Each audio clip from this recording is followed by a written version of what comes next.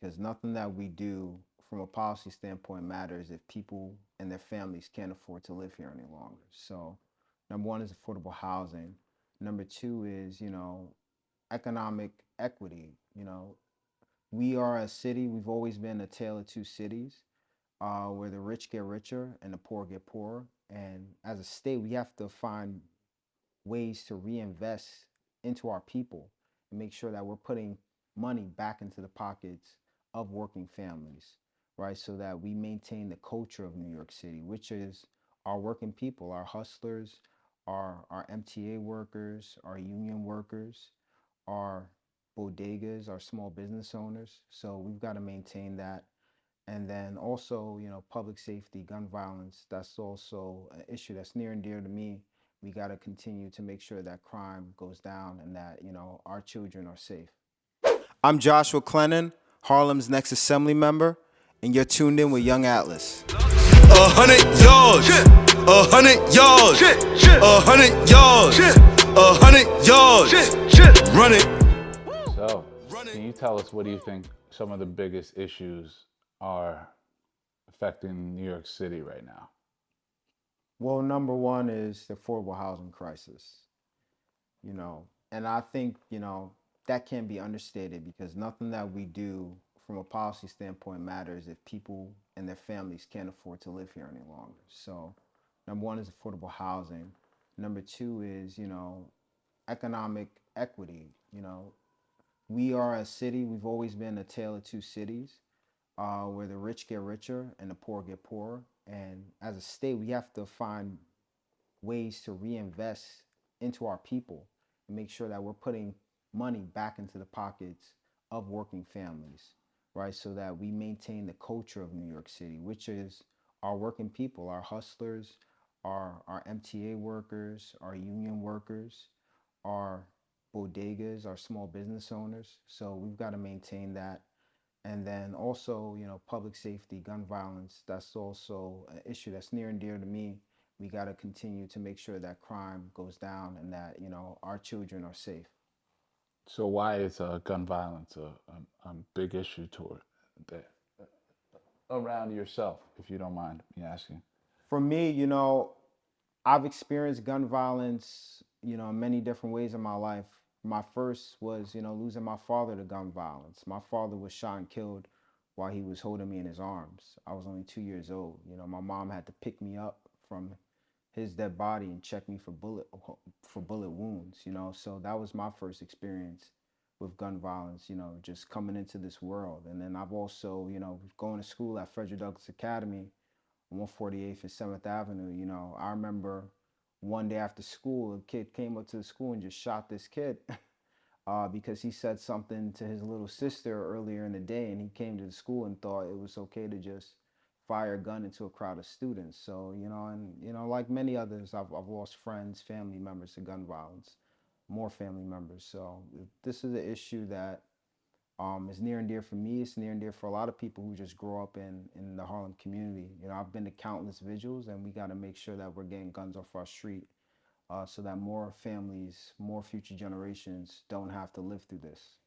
And is it true that in in New York now it's easier to get a license to carry, or what is the status on the legislation behind that?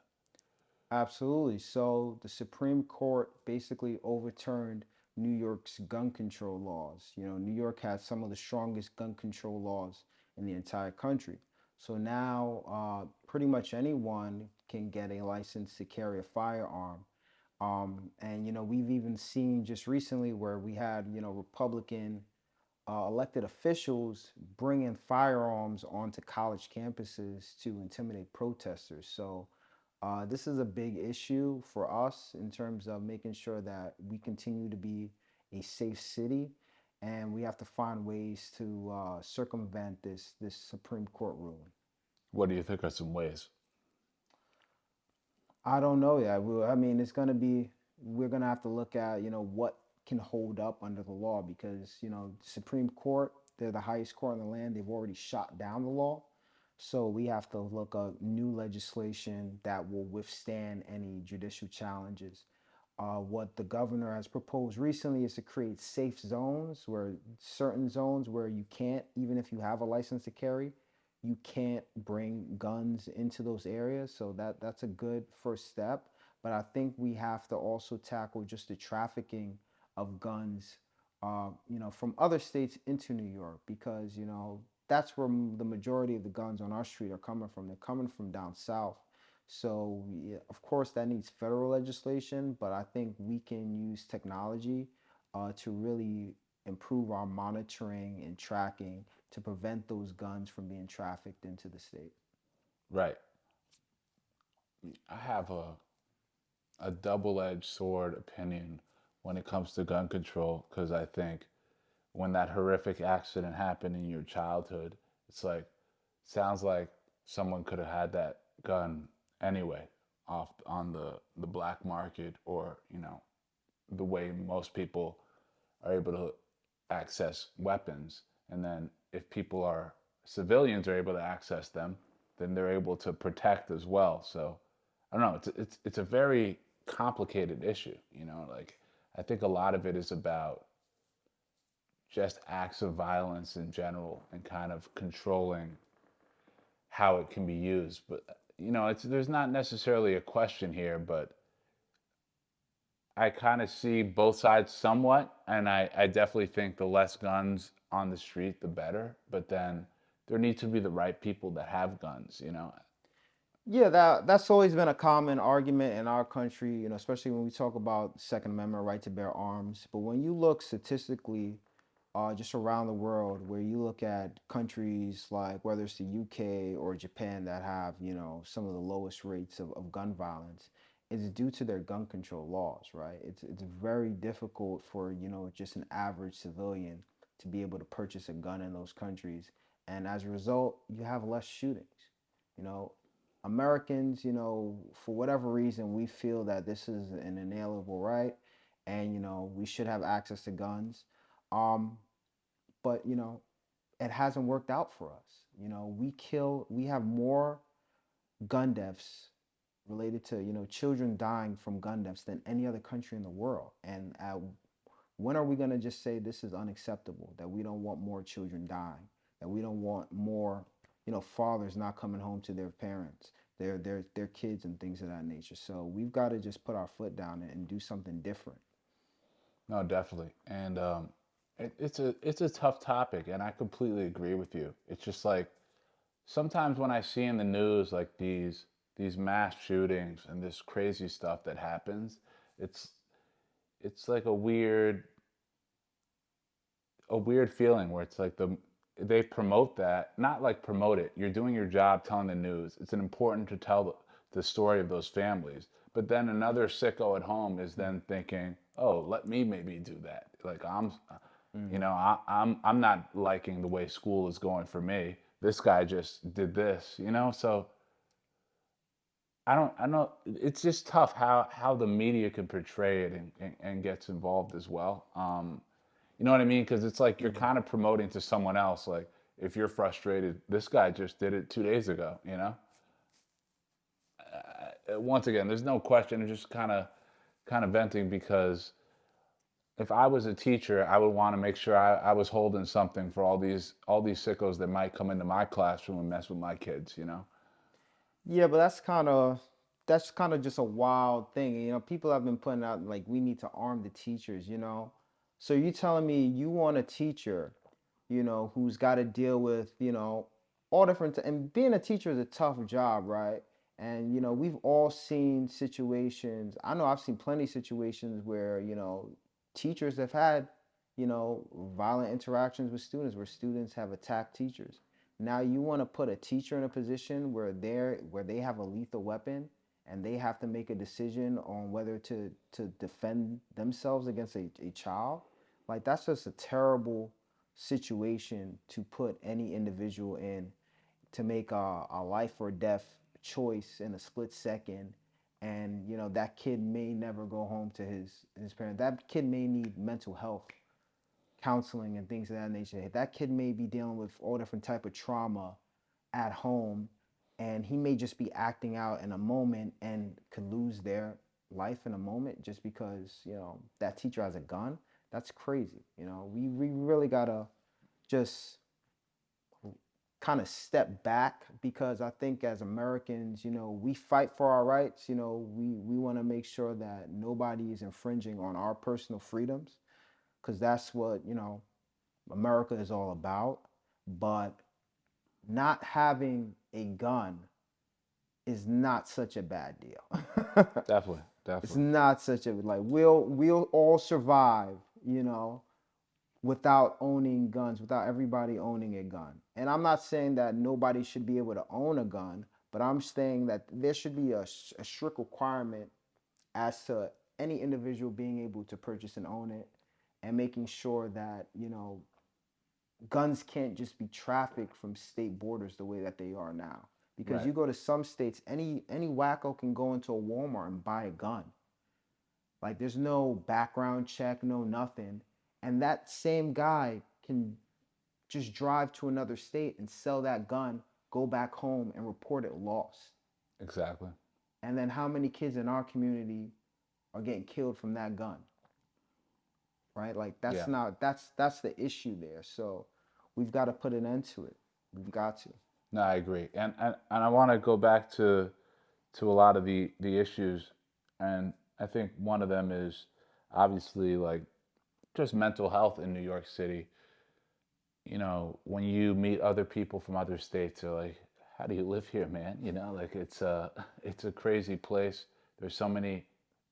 You're so blessed to have so many different cultures and opportunities, but also it's very overwhelming. And with social media now and all of this information that you're getting, what do you think about different like opportunities for mental health in the city? Like, well, what are your thoughts on that as a up and coming politician? I think with mental health, we have to start at a younger age, because a lot of the trauma that we see play out amongst adults, a lot of that is rooted in experiences that originate from individuals' childhood, and it just never getting the proper attention, you know, or no one just ever talking to a kid about it when it happened to them.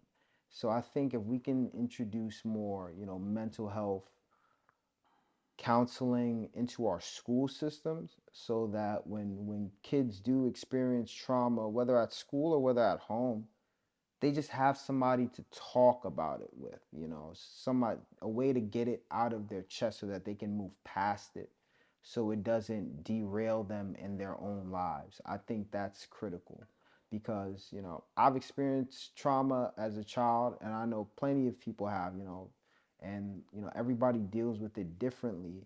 And some people really need that support and, and service to be able to move past it and live a productive life. How have you dealt with your past trauma in a productive way? Absolutely. So one thing that I do is, I practiced a lot of meditation. I would say I'm a very spiritual person. Um, I read a lot, and, just doing all these things have helped me to be able to accept the trauma that I've experienced and move past it, and just, live a life full of love. And as a new father, what are some major concerns you have about raising your child in New York City? And after you can answer that, some major things you're looking forward to as well. Yeah, so major concerns, obviously education. I think we have to invest more into our schools, into our public schools, and making sure that, our students are able to compete with, students in other nations in this global economy, right? We need to make sure that our kids here in New York are getting, world-class education, that our teachers are being, fully supported, that they're being fully funded, that they have all the tools that they need, that classrooms are not overcrowded. Um, and then on top of that, just, obviously, public safety, I think for any parent, is you want to know that your kid is going to be safe going to and from school. that, you don't have to think about, something happened to them. So that those are the things that run through my mind. He's not old enough for all that yet, fortunately, but those are the things that run through my mind. And I'm definitely just looking forward to taking my son to a Knicks game, just going to the, shooting some hoops with him, that sort of thing on the weekends. Just taking him to see the stuff that, that I did when I was a kid, and just allowing him to have those experiences and grow up, taking him to the Apollo, things like that, letting him know like this is the history of the neighborhood, like this is where our family is from, where we've been for 4 or 5 generations now. So I'm looking forward to all that stuff. No, definitely. And I know you're a big advocate about Harlem and affordable housing. We'll get into affordable in a little bit, but just as someone, and I appreciate all the support you've had for, just preserving the, important history of Harlem. Like, what are some things when you think of Harlem that you that come to mind of, like, how important this community is. Well, when I think about Harlem, I think about, our culture as African Americans. This has been the mecca for African American culture, for our country. When you think of all the greats that have came out of our community, and what they've done, whether at the, whether in art, entertainment, business, etc., or politically, it's tremendous. So just keeping that legacy going, I think, is important. Maintaining the culture, the integrity of our community, and also just finding ways that we can get better. How can we improve our institutions? How can we take them to the next level? How can we, give our kids more of an opportunity to utilize this platform that we have of Harlem? Yeah. Because we have so much talent in our neighborhood, but I don't think that they get enough the shine or the platform that they should have. So just thinking of all those things, how we can continue to just improve and get better. Yeah, I think there's not enough incubators, not enough funds that are here to invest into definitely the talent that we have in Harlem. So I think that's an issue, but it's kind of coming together with spaces like we're in now, where you create environments. I feel like, and let me know your thoughts on it. Right now in New York City, I think there's 30 Empire State Buildings worth of commercial real estate that's vacant right now since the pandemic. There's going to have to be an innovative change for what we can do with that. I think affordable housing is a big part of that, but also think about, incubation spaces where, hey, this person has an idea, maybe the landlord or whatever takes equity in these types of projects to let people have space to, do what they need to do to succeed. What are your thoughts on innovative concepts to kind of attack this affordable housing issue that's, one of the biggest, which I agree with you? Yeah, absolutely. So I know we need to convert some of these empty office spaces into affordable housing so that people can live there, so that they can actually be utilized instead of staying vacant. I think we can also, take advantage of the fact that, there are hundreds of rent stabilized buildings in our city that, landlords are trying to sell. We need to reinvest into that and convert those buildings into cooperatives, giving the tenants who live in those buildings the opportunity to own their apartments. And, that gives generational wealth to our community, right? That takes us from being renters to being stakeholders. And that's something that, our city used to invest a lot into, but we've gotten away from it when communities like ours became trendy and profitable for development. So I think we need to get back to reinvesting into the people of our community. And then also in terms of just small businesses and just, we have like Mart 125 that's sitting on 125th Street, right?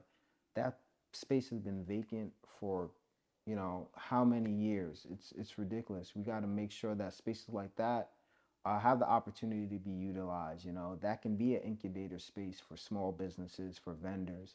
I think we also need, some subsidized space for art too. Creative spaces where people can go and make music, record music. There's a lot of kids that are on the street selling drugs to pay for studio time, right? We could eliminate that if we create subsidized spaces for them to go and record music so that they can really explore their talents and get it out there and get it into this global economy that we have. So I think those are all the different ways where we can be a little bit more innovative to address the needs of our community, but also uplift us. Definitely. Create more social mobility and more home ownership. Um, I wanted to talk about just in general the like the what is considered affordable housing and what like the realistic affordable housing is, you know, in terms of income, right? Like Mm-hmm. what is like the RFP for Lincoln Correctional, they said it was $79,000 per year. I think 79 to $89,000 a year was the range. The median income in that area is around 50,000. That's kind of high in Central Harlem. Like, what do you think is realistic, affordable housing that we should start implementing in Harlem? Because I Mm. feel like these numbers are way off. Well, that's a good question. So when you look at housing, affordable housing, it's not going to be at the same income band for everybody, right? You do need deeply affordable housing for our most vulnerable residents, for our people that are making, $30,000 or less a year. And you also need affordable housing for our young professionals, for our working families. You may have a household, two people who only make 40 or $50,000 a year, but their combined total household income will be 80,000 or 100,000, right? They're not rich, but they still need affordable housing too, right? So a lot of the time, we get too caught up in one income band where it really needs to be a range that so that we can make sure that the needs of all of our working class folks and working class families and our most vulnerable residents too are met. So I think we need to make sure that the housing that's being built, we're looking at it through that lens and making sure that we're not getting duped, because some of these developments though, when you look at the AMI for their projects, it's like you could have just put this at market rate because nobody in our community could afford this. Can you explain to our viewers what AMI is? So AMI is the area median income. It's a rubric that HUD, which is a federal agency, created. And they basically says based on the average median income of this entire metropolitan area, not just like Manhattan or Brooklyn, but like, Hudson Valley, that entire metropolitan region, this is the average income. So it's it's it's not accurate to the average median income of our specific local communities, right? It's Yeah. based on a much wider region. So that's why when a lot of affordable housing is being built, people will say affordable for whom? Right. Because this may be affordable in Westchester, but this is not affordable for people living in Harlem. So, as a legislator, like, do you think? I feel like that's a big issue that needs to be kind of ruled with a different metric, right? Like, how to actually consider what is the average income in this area. AMI is clearly just like a tool for wealthy developers to just gentrify neighborhoods, it seems. It doesn't seem like something that's all right, something that's actually rewarding the generations of families that have been there, paid their rent on time, but might not make the income of what AMI suggests. You know what I mean? Like, from a legislative point of view, like, you think there's, it seems like a lot of people are against the way that calculation is. Like, what are your thoughts, you know? Yeah, I'm one of them. I've been against it. This is something I've been advocating for years. You know, I think as a state and even as a city, we should be developing our own metrics and rubrics to make sure that the affordable housing being built is actually affordable for the communities where the development is taking place, right? Otherwise, you're just pricing out folks that have lived in that community.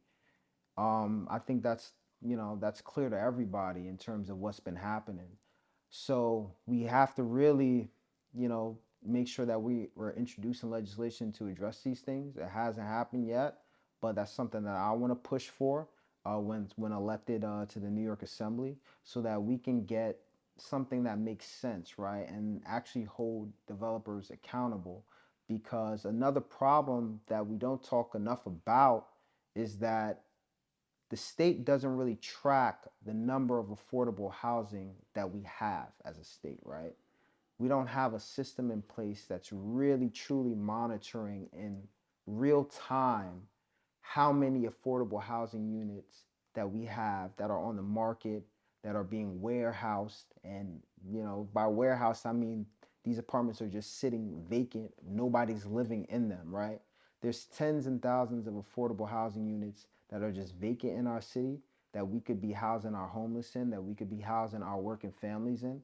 So there's a lot of things that we have to do to really, sort and fix this affordable housing crisis that we're in.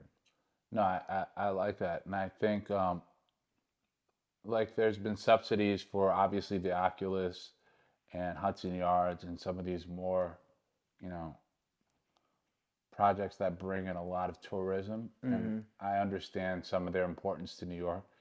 But what do you think about a workforce, a work, at least a workforce housing fund, like something for the workforce so they can be developed housing, so they can at least afford to live in the areas they work in, like for teachers, some nurses, some people that work in sanitation. You know what I'm saying? Mm-hmm. Like, there should be some type of development tax that comes back to the community, because Columbia and these other institutions are not paying that. There has to be something implemented. Yeah, there's a lot of things. We do need to subsidize more housing for folks, right? The system spends a lot of money when people lose their homes, right? When people lose their homes and they go into the shelter system, and they need to be housed there, we spend way more than if the city was just paying their rent for them. So it's like, why are we even allowing people to get to this point? It does not make any sense. Like, people should not have to go to a shelter to get a voucher, right? You should be able to get a voucher before that, so that you don't end up in a shelter. You don't end up evicted from your home and your whole life uprooted, right? So these are the things that we have to fix. We have to make sure that the policy is really catering to the needs of the people and not special interests. That's the challenge, because nothing in this system is by accident. It's all by design. And there are, people, organizations that benefit from it. And that's the challenge, right? Fighting against those interests so that we can create a system that actually benefits the people. Yeah, no, well said. And we had a great conversation, um, I think, before the new year about just the different, systems of New York City government, how to get things done, and how it's such a, just kind of like a, I don't know, what is it called? Kefir? It's not milk, right? Like, you trying to get it to the bottom, and it takes a while to get down there if you're throwing a pebble. And Mm-hmm. you recently just talked about the housing vouchers and all Mm-hmm. that. Explain. Go third person. We don't here on this platform, we don't throw anyone under the bus, but how things take so long in New York City to get done. Go into that a little bit. I think a lot of it is just, I think part of it is the system is designed to be, to sort of discourage some people from even pursuing it. So like, it has some innate barriers. And one barrier could just be, lack of awareness. There's so many programs that just folks don't know about in this city. Name Even some. I mean, even when so I'll give you an example. During COVID, if you lived in an HDFC co-op, right? HDFC co-op is a cooperative for low income people. So if during COVID, you lost your job or you weren't working and you couldn't pay your maintenance, which is the equivalent of your rent in a co-op, you may have fallen into a similar situation as a renter who was not able to pay their rent, and you could have possibly ended up in court, in housing court. And if you're a renter, they had the ERAP program, right? Emergency Rent Relief Program, right? But if you're a co-op, technically you're a homeowner and you couldn't access, so you weren't, you couldn't apply for ERAP. But there was another program called NYHAF, the New York Homeowners Assistance Fund. And so many people were not aware of that program. And the program had all this money and they couldn't find people to give it out to. And I can't tell you how many people that I helped get funding from that program, and they were just like, thank you, Josh, because I would have lost my apartment, I would have been evicted, and my family would have lost a generational wealth. So that just goes to show you, like, we have to do, I think in government overall has to do a better job of informing people of these resources that are available to them. The same way you go on your phone and you were talking about, I don't know, bacon, egg, and cheese, and then an ad for bacon, egg, and cheese pops up on your phone. The same thing should happen with our government resources. You see, you're talking about, you don't know if you're going to be able to pay rent this month. Whatever program we have should pop up on your phone and say apply here.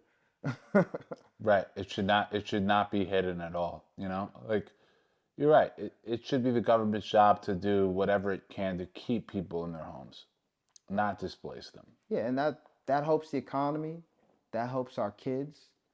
Why wouldn't we? I mean, but sadly, people of color, people like myself, I don't think they want us in our homes.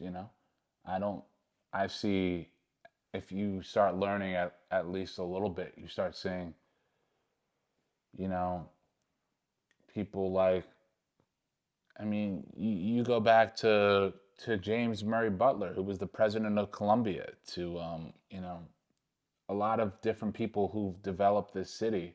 It seems like they want us to be out, and we need to kind of understand that we have the power, but then sadly enough too, we're part of the Save Harlem meetings.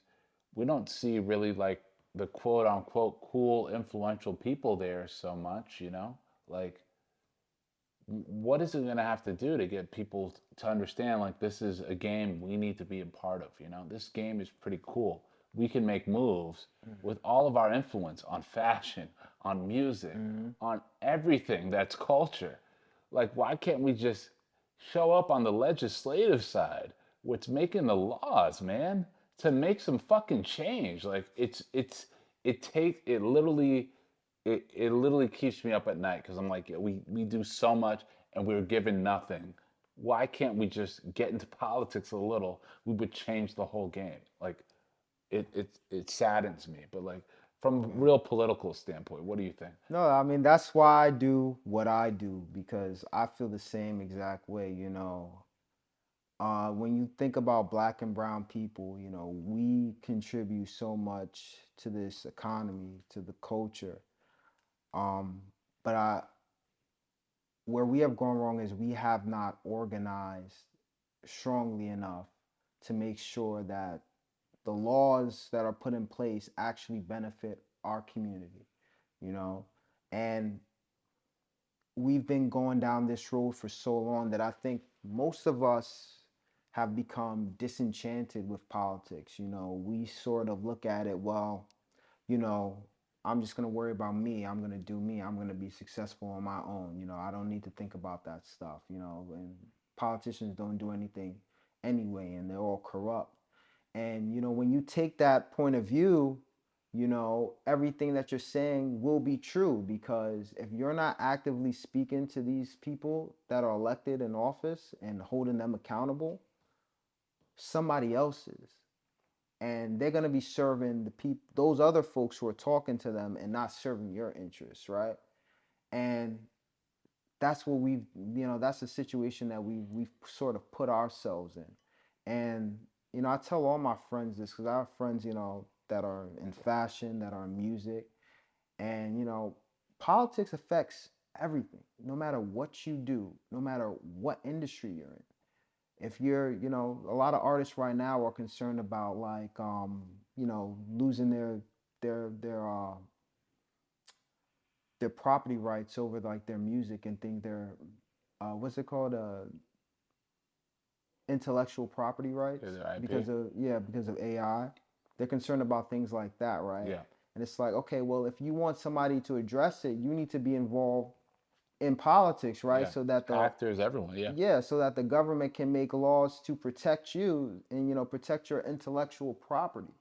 That's important, and that affects that entire industry. So it's just getting more, creating more awareness, you know, in different, you know, groups of people. But I think, you know, overall, our community, the black and brown community, we have a tremendous opportunity to get all the change that we want.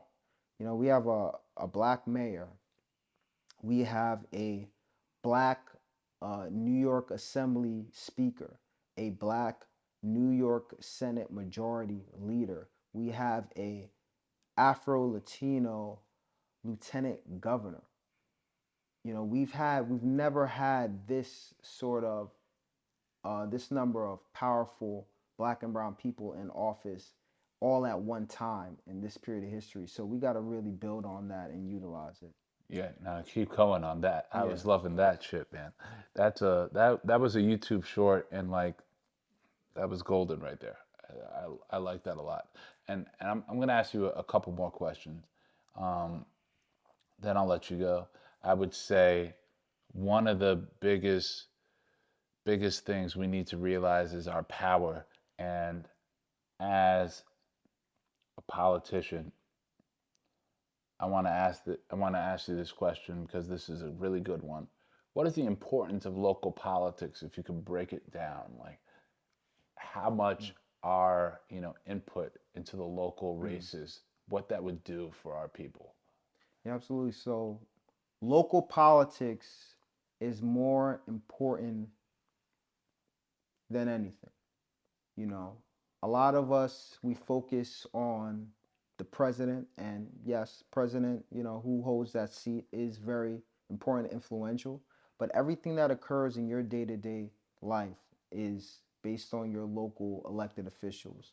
That means, you know, whether, you know, the bus stops on time, your subway station is clean, whether, you know, the housing being built next to you is going to be affordable for you and your family, whether your school is going to get the funding that it needs to get new textbooks, whether your kids will have after school programming, whether you're going to get you know, a new pool at the park. You know, all this stuff is done locally. It's not done by your president or these folks in Congress.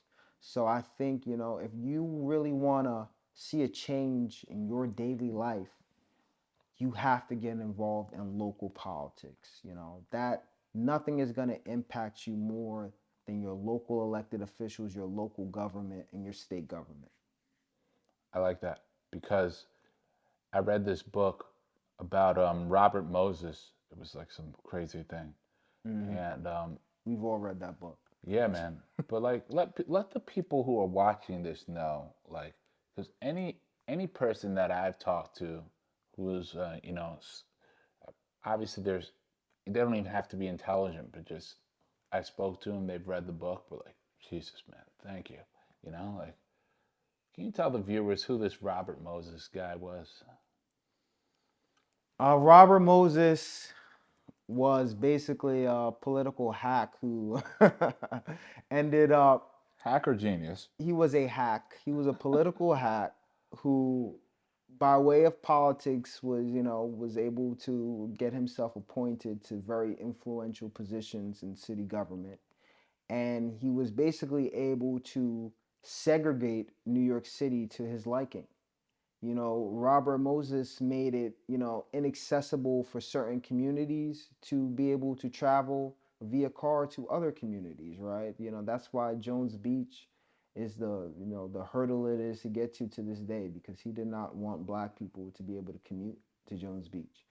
So, and even you look at Randall's Island, that was Robert Moses's sort of kingdom and chiefdom, and he made sure that it was very inaccessible for folks in Harlem. And they used to actually, before now, people go there all the time, and they utilize that recreational space. But in his heyday, you couldn't even go there. You couldn't even, they would stop you. So Robert Moses just is a perfect example of how influential local government is, and how it can be, he was probably the example of how it can be used to oppress people when people, from our communities are not organized and are not wielding the power to fight back. No, I love it. I think honestly we're pretty much good. He spoke on Columbia, so I'll ask one more question on Columbia, and then we'll be good. Columbia University, the Columbia Education Mixed Use Development Plan needs to be rescinded. Can we do a little call of action to Governor Hochul to help make that happen? Because I think it's important. Yeah, absolutely. Governor Hochul, we need to rescind this mixed use development plan that Columbia has. It's not right that Columbia continues to eat up real estate in Harlem. Columbia is supposed to be an educational institution, but it operates as a real estate company.